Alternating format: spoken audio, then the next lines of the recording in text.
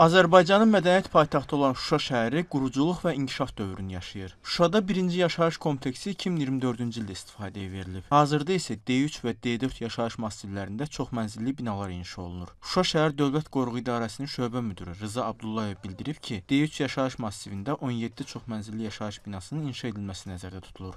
Birinci mərhələ olaraq 10 binanın inşası başlanılıb davam edir. İkinci mərhələdə 7 bina nəzərdə tutulur. Onların da müvafiq sənədləşmə işləri tamamladıqdan sonra inşasına başlanacaq.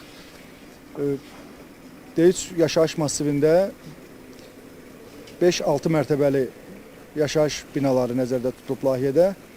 Mənzil sayı 381 birinci mərhələ, 127 mənzil də ikinci mərhələdə nəzərdə tutulur.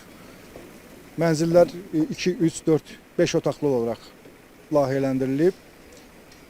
Hər binanın öz avtodayanacağı, yeraltı avtodayanacaq və liftlər mövcuddur.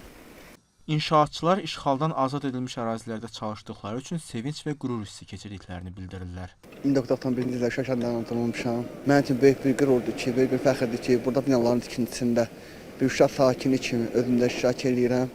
Şuşanın qurulmasında təbii ki, mənim də əməyim var. Hazırda həm D3, həm də D4 yaşayış massivində inşa olunan binalarda dəmir beton konstruksiyaların quraşdırılması sürətlə və yüksək keyfiyyətlə davam etdirilir.